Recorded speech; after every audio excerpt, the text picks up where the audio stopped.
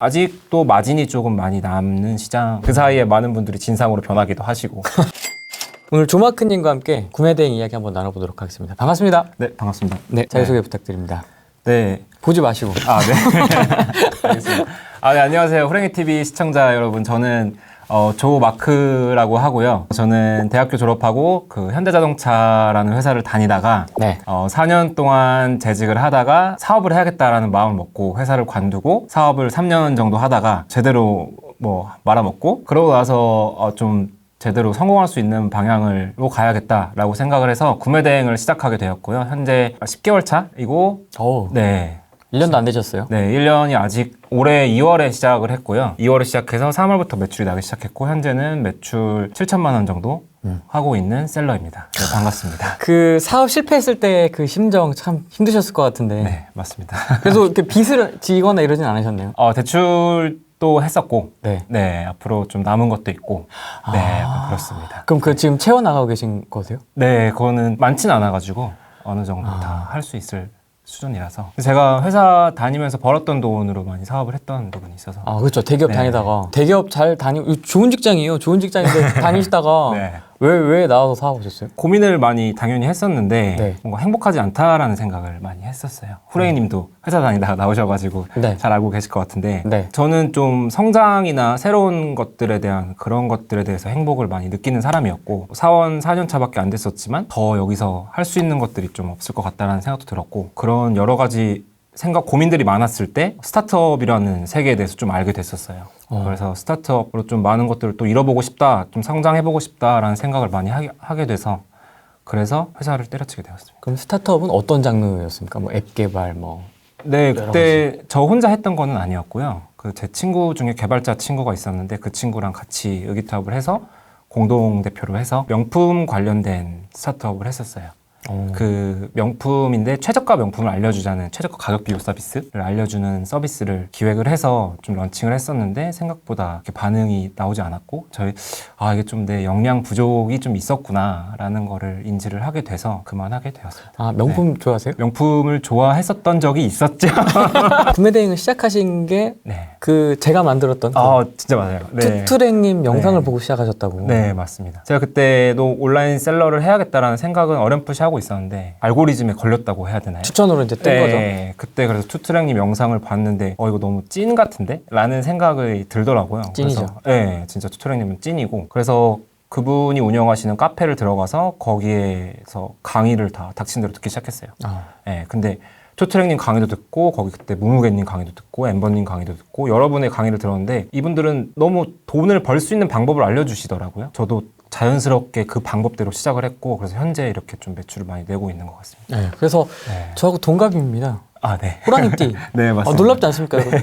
네, 뭐 20대 패기 네. 뭐 이런 게 아니고 네네네. 어쨌든 대기업 좋은 직장 때려치고 사업 실패하고 네. 후랭이 TV 보고 한 8개월 네. 정도 만에 지금 네.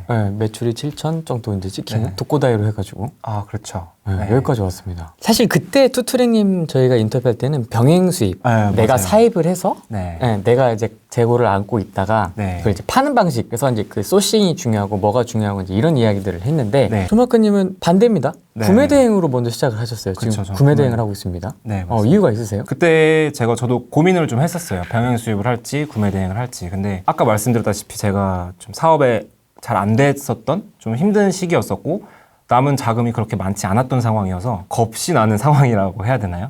그래가지고 병행 수입으로 하게 되면 재고를 좀 어느 정도 확보를 해야 되고 제가 잘 하지 못하는 여러 가지 스킬들을 습득한 뒤에 그러고 나서 좀 상품들이 이렇게 런칭되고 이렇게 어느 정도 궤도에 올라가는 그런 시스템인데 구매 대행은 그렇진 않고 재고가 없이 할 수 있다 보니까 좀 더 가벼운 마음으로 빠르게 할 수 있을 것 같아서 구매 대행으로 시작하게 되었습니다. 뭐 중국이다 예를 들어서 네. 중국에 있는 제품을 상품 페이지를 만들어 가지고 네. 그 사람이 주문을 하면 네. 그 중국에서 보내주는 건가요? 어떻게 되는 겁니까? 이 전체 플로우가? 구매 대행은 일단 저희가 그 중국에 있는 상품, 중국이나 뭐 일본 여러 가지 해외에 있는 쇼핑몰들에 있는 제품들을 저희 쿠팡이나 스마트 스토어에 올려놓으면 그 판매가 일어나면 그때 저희가 그쪽 쇼핑몰로 다시 들어가서 구매를 하게 됩니다. 고객이 결제를 해주신 다음에 저희가 구매를 하는 방식이라서 재고를 없이 할 수 있고요. 그런 다음에 그 제품이 중국으로 계속 제가 말씀을 드리면은 중국에 있는 배송대행지로 도착을 해서 그 배송대행지에서 바로 고객한테 넘겨주는 그런 방식으로 진행되고 있습니다. 주문이 들어오면 나도 거기서 주문을 해야 되는 거군요. 네, 맞아요. 그럼 그분이 갑자기 취소하면 어떡합니까? 그래서 배송 중에 취소되는 경우가 덜어 있어요. 그런 경우에 또 그 상황에 맞게 대응을 해야 됩니다. 만약에 단순 변심. 네, 단순 변시 정말 많고요. 그 배송 기간이 길다 보니까 고객들도 좀 고민할 수 있는 시간도 많은 것 같고 그 사이에 많은 분들이 진상으로 변하기도 하시고 그렇게 하시는데 단순 변심으로 취소를 하시면 상품이 바로 어디에 있는지 먼저 확인을 해야 되겠죠.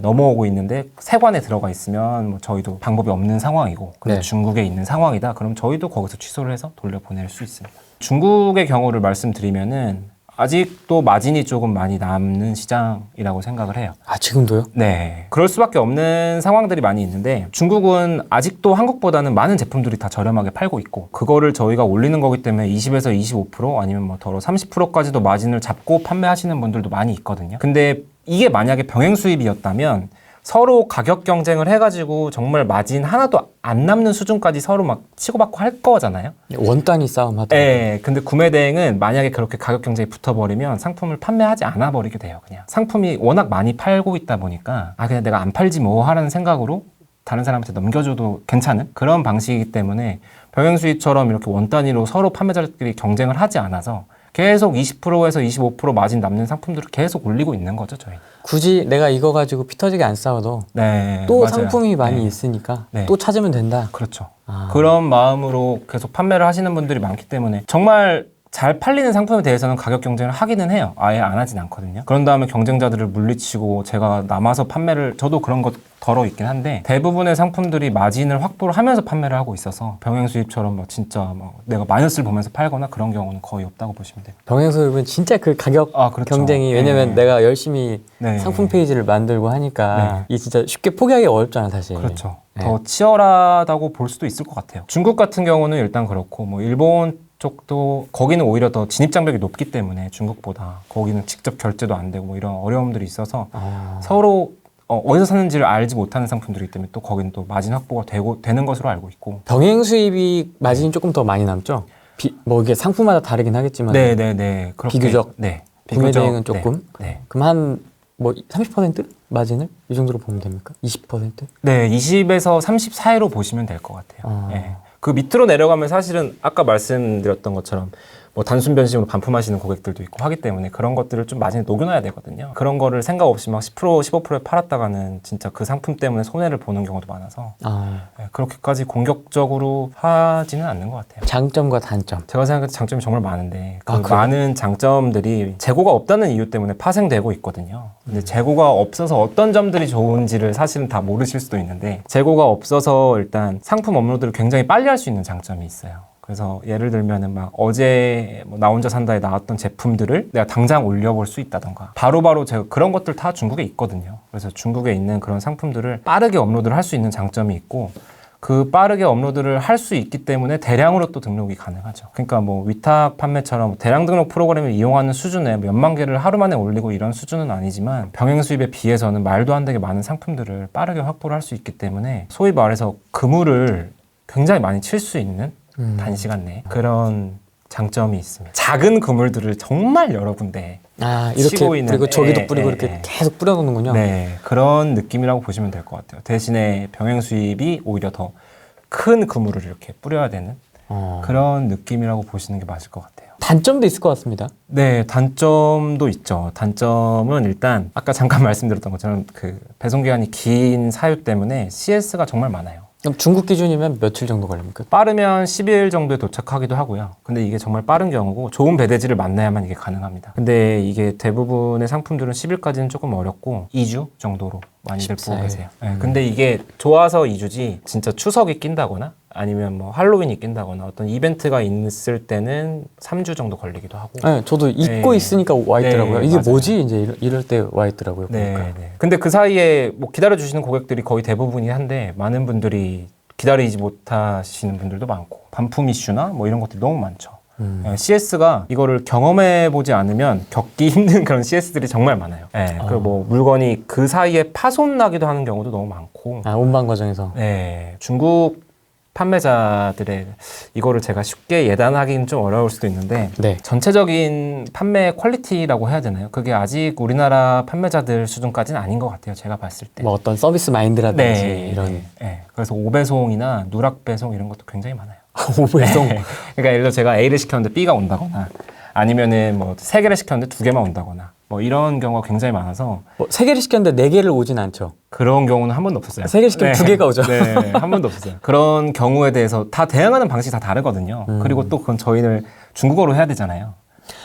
네, 그거를 판매자 저쪽 거래처라고 얘기하는 그 타오바오 판매자들과 잘 해결을 하려면 중국어로 대화를 해야 되는데 그런 것들이 굉장히 어렵죠. 저희한테는. 그러니까 한국어를 중국어로 번역을 하게 되면 또 이게 잘 안 되거든요. 그래서 영어를 거쳤다가 중국어로 갔다가 이런 한 템포를 먹여서 가야 되고 그런 문제들이 있어가지고 또 그렇게도 대화가 안 되는 문제도 많아요. 대량 등록 프로그램? 네. 뭐 이런 걸 쓰는 큰 기업이나 네. 이런 데하고 경쟁을 하려면 쉽지가 않을 것 같은데. 제가 아까 말씀드렸던 대량 등록 프로그램은 좀 위탁 판매나 이런 쪽으로 사실 말씀을 드렸던 건데 어쨌든 경쟁 측면에서 말씀을 드린다면은 괜찮은 것 같아요. 그게 단점으로 크게 보여지진 않아요. 왜냐하면 저도 많이 올리고 있으니까 많이 올리지 않는 사람이 많이 판매가 되지 않을 뿐이지 많이 올리기만 한다면 충분히 아직도 승산이 있는 판이라고 생각을 하거든요. 그리고 구매 대행이 팔리는 영역이 명확하게 있는 분야이기 때문에 그 안에서 저희들끼리 경쟁을 하고 하지만 아직도 저는 먹거리가 많이 남아있다라고 생각을 하고 있고 저도 지금 어제 올렸던 상품, 일주일 전에 올렸던 상품들이 판매가 되고 있거든요. 신규 셀러들이 들어와도 저랑 똑같은 걸 그때 올리기만 한다면 판매가 된다라고 보여지는 부분이기 때문에 아직 그 경쟁 측면에서는 얼마나 잘 열심히 하기만 한다면 상품이 똑같으면 네. 노출이 더 잘 되게끔 해야 되는 거 아닙니까? 노출까지 저희가 신경 쓰진 않아요.